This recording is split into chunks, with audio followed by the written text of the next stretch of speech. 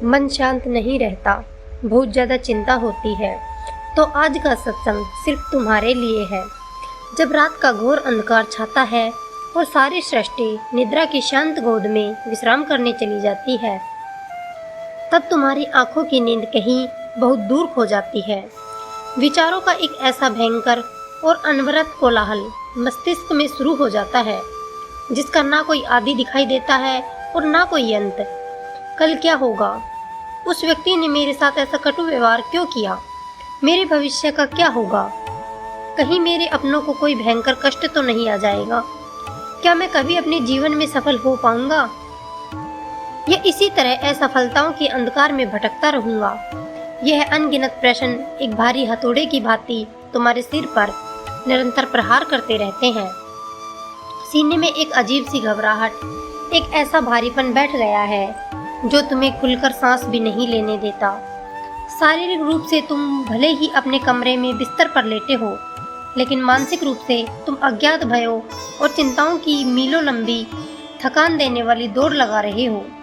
थकान इतनी अधिक है कि शरीर टूट रहा है, रोम रोम विश्राम मांग रहा है, फिर भी यह मस्तिष्क एक क्षण के लिए भी रुकने का नाम नहीं लेता।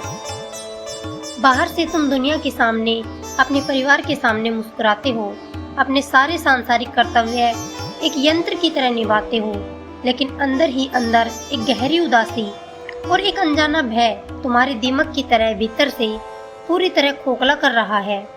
कभी कभी तो ऐसा प्रतीत होता है कि कहीं यह अति चिंता, ये ओवर थिंकिंग तुम्हें विक्षिप्त ना कर दे। कहीं तुम सोचते सोचते कहीं खो ना जाओ, कहीं तुम इसी घुटन में, इसी मानसिक दबाव में अपने प्राण न त्याग दो। यह जो गहरी और मुंह पीड़ा तुम्हारी आत्मा की गहराइयों में उबल रही है, उसे वह परमपिता परमात्मा बहुत ध्यान से देख रहा है। तुम्हारी यह दयनीय स्थिति अकारण नहीं है, लेकिन अब वह समय आ गया है कि तुम अपनी इस व्यर्थ की चिंता को, इस मानसिक संताप को हमेशा के लिए शांत कर दो। संसार में मनुष्य का मन स्वाभाविक रूप से ही चंचल है। यह हवा की उस तीव्र झोंके के समान है जो किसी एक स्थान पर, किसी एक विचार पर कभी नहीं टिकता। भगवान श्री कृष्ण ने भी गीता के उपदेशों में यही समझाया है कि मन को वश में करना बहती हुई वायु को मुट्ठी में बांधने के समान अत्यंत दुष्कर कार्य है। परंतु दुष्कर का अर्थ कभी भी असंभव नहीं होता। तुम्हारी इस अथाह चिंता, इस बेचैनी का सबसे बड़ा और मूल कारण यह है कि तुमने अपने अज्ञानवश स्वयं को इस पूरे ब्रह्मांड का, अपने परिवार का और अपने जीवन का कर्ता धर्ता मान लिया है। तुमने यह गहरा भ्रम पाल लिया है कि यदि तुम दिन रात चिंता नहीं करोगे, यदि तुम भविष्य की एक एक पल की योजना नहीं बनाओगे, तो तुम्हारे परिवार का, तुम्हारे करियर का और तुम्हारे भविष्य का सब कुछ नष्ट हो जाएगा। तुम हर परिस्थिति को, हर इंसान को अपने नियंत्रण में रखना चाहते हो। तुम चाहते हो कि जीवन की हर घटना ठीक वैसे ही घटे जैसी तुमने अपनी कल्पनाओं में गढ़ी है।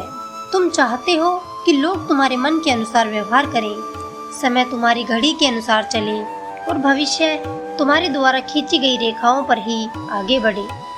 और जब यथार्थ तुम्हारी इन कल्पनाओं से अलग होने लगता है, जब परिस्थितियां तुम्हारे हाथ से रेत की तरह फिसलने लगती है, तब तुम्हारे भीतर एक भयंकर भय और चिंता का जन्म होता है। तुम उस बहती हुई विशाल नदी की उफनती धारा को अपने नन्हे और कमजोर हाथों से रोकने का प्रयास कर रहे हो, जिसका बहाव अत्यंत तीव्र है। तुम जितना उस धारा से लड़ते हो, जितना उसे रोकने का प्रयास करते हो, उतने ही थकते जाते हो, उतने ही टूटते जाते हो। तुमने अपने ऊपर एक ऐसा अदृश्य, व्यर्थ और पहाड़ जैसा बोझ लाद लिया है जो वास्तव में तुम्हारा था ही नहीं। जरा अत्यंत गहराई और शांति से विचार करो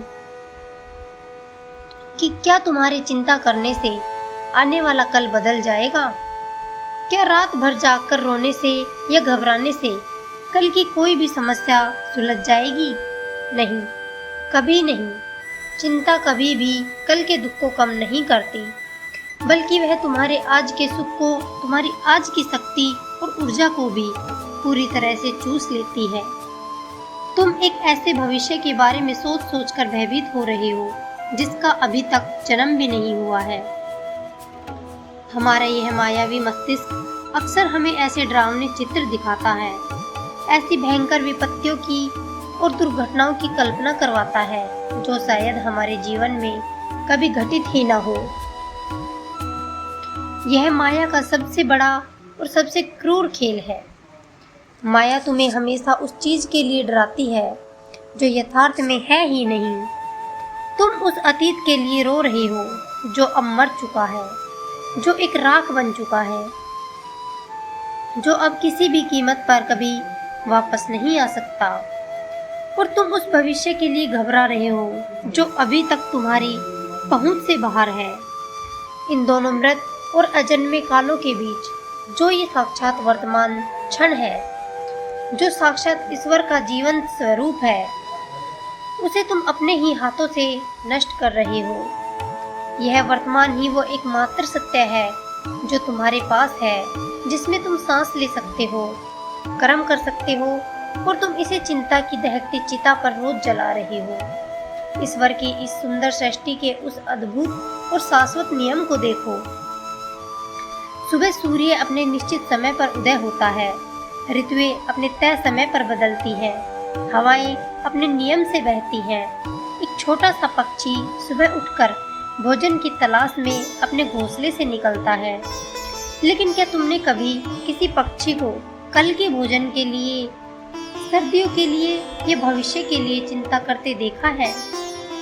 क्या वह रात भर जागकर यह सोचता है कि कल दाना मिलेगा या नहीं? कहीं कल बारिश हो गई तो मैं भूखा तो नहीं मर जाऊंगा?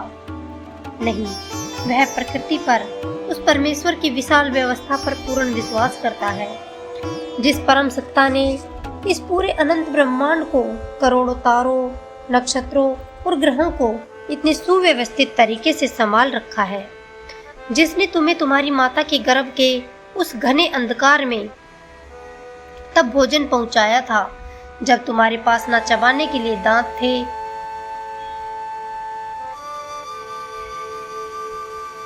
और न ही मांगकर खाने की शक्ति थी।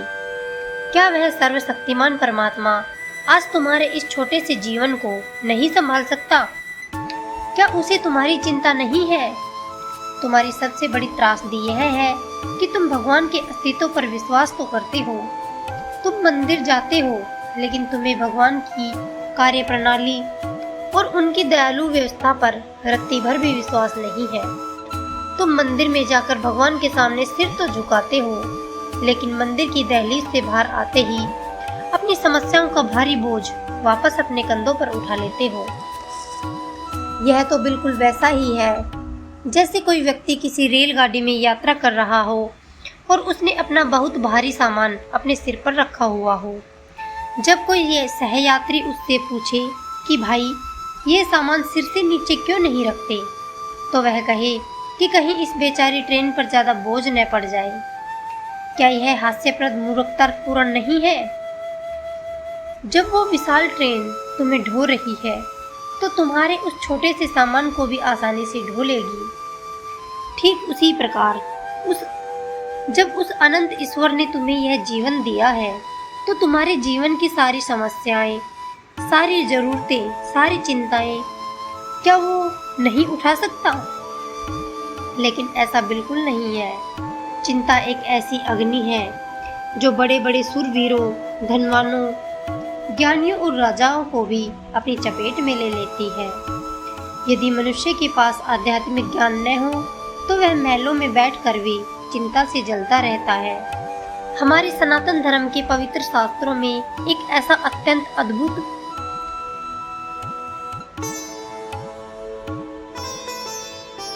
और ज्ञानवर्धक प्रसंग आता है जो यह सिद्ध करता है कि यदि मनुष्य चाहे तो दुनिया की सबसे बड़ी जिम्मेदारियों, सबसे बड़े ऐश्वर्य और सबसे बड़े संभावित विनाश के बीच रहकर भी अपने मन को पूरी तरह शांत और चिंताओं से मुक्त रख सकता है। यह पावन कथा है मिथिला नरेश महाराज जनक की। महाराज जनक कोई साधारण सन्यासी नहीं थे जो जंगल में किसी शांत गुफा में बैठे हों और जिनका दुनिया से कोई लेना देना ना हो। वे बहुत विशाल, समृद्ध और शक्तिशाली साम्राज्य के चक्रवर्ती सम्राट थे। उनके पास अथाह धन, भव्य महल, विशाल सेना, रानियां, परिवार और पूरे राज्य की करोड़ों प्रजा की जिम्मेदारी थी। एक राजा के जीवन में एक सामान्य मनुष्य से करोड़ गुना अधिक चिंताएं होती है। पड़ोसी शत्रु राज्यों के आक्रमण का निरंतर भय, प्रजा के पालन पोषण की चिंता, न्याय करने का तनाव, मंत्रियों के षड्यंत्र, यह सब महाराज जनक के जीवन का भी हिस्सा था। परंतु फिर भी इन सब के बीच रहते हुए भी महाराज जनक को विदेह कहा जाता था। विदेह का अर्थ है वह महान आत्मा जो अपने शरीर और सांसारिक परिस्थितियों के मोह से पूरी तरह मुक्त हो चुका हो। उनका मन हमेशा एक शांत और गहरी झील के समान रहता था। उनके चेहरे पर कभी कोई चिंता की लकीर, कोई घबराहट या कोई भय नहीं होता था। एक बार कुछ संतों, ऋषियों और उनके अपने ही मंत्रियों के मन में यह संदेह उत्पन्न हुआ कि इतना बड़ा राज्य चलाने वाला, महलों की अपार सुख भोगने वाला और राजस्वी वस्त्र पहनने वाला राजा भला भीतर से इतना शांत, अलिप्त और वैरागी कैसे हो सकता है? जरूर यह केवल एक दिखावा है, एक पाखंड है। राजा जनक की इस मानसिक शांति और उनके वैराग्य की परीक्षा लेने के लिए एक दिन ये झूठी सूचना फैलाई गई कि मिथिला नगरी में भयंकर आग लग गई है। वो आग बहुत तेजी से राजमहल की ओर बढ़ रही है और रास्ते में आने वाला सब कुछ जलकर राख हो रहा है। जब यह खौफनाक समाचार राज्यसभा में पहुंचा तो वहां उपस्थित सभी मंत्री, सेनापति, दरबारी और यहाँ तक कि बड़े बड़े ऋषि मुनि भी घबराकर अपनी जान बचाने के लिए भागने लगे। किसी को अपने कीमती कपड़ों की चिंता थी,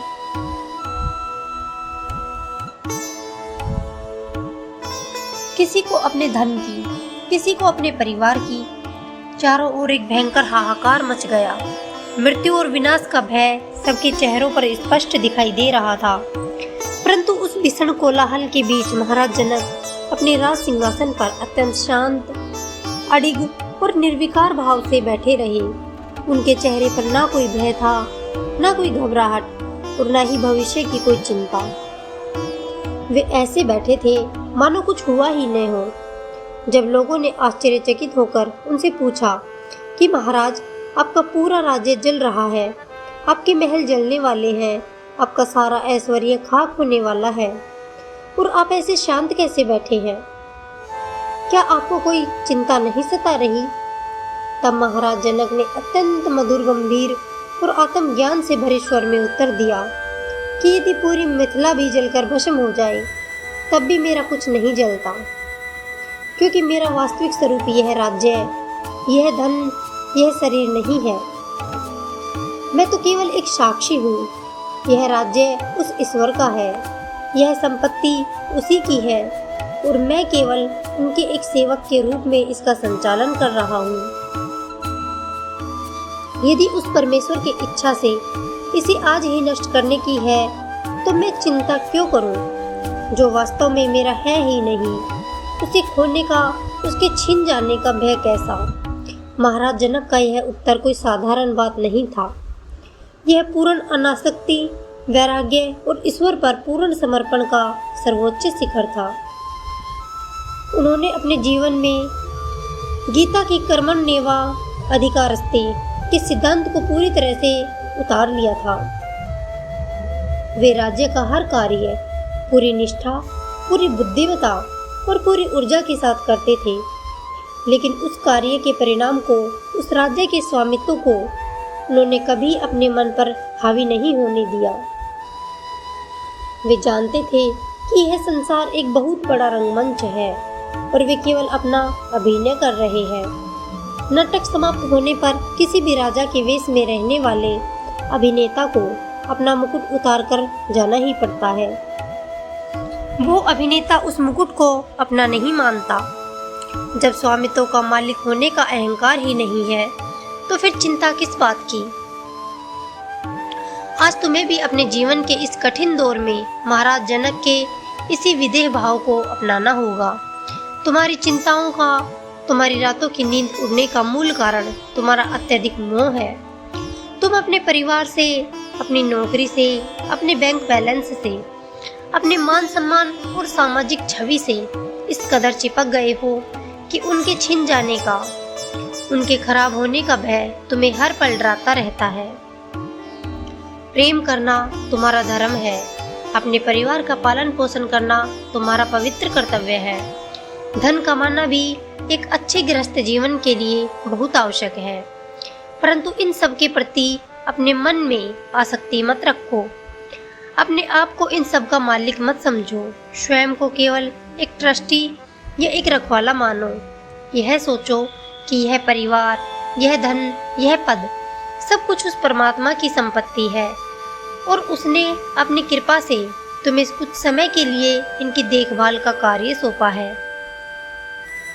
तुम अपनी पूरी ईमानदारी, पूरी मेहनत और निष्ठा से इनकी देखभाल करो, परंतु यह दृढ़ निश्चय रखो कि जब उस परम मालिक की इच्छा होगी वह अपनी संपत्ति वापस ले लेगा या उसमें परिवर्तन कर देगा।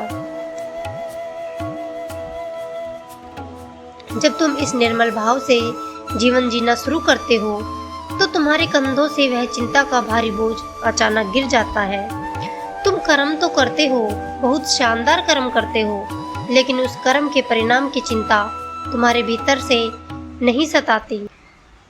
तो अगर आपको यह जानकारी अच्छी लगी हो तो वीडियो को लाइक, कमेंट, सब्सक्राइब जरूर करें। राधे राधे।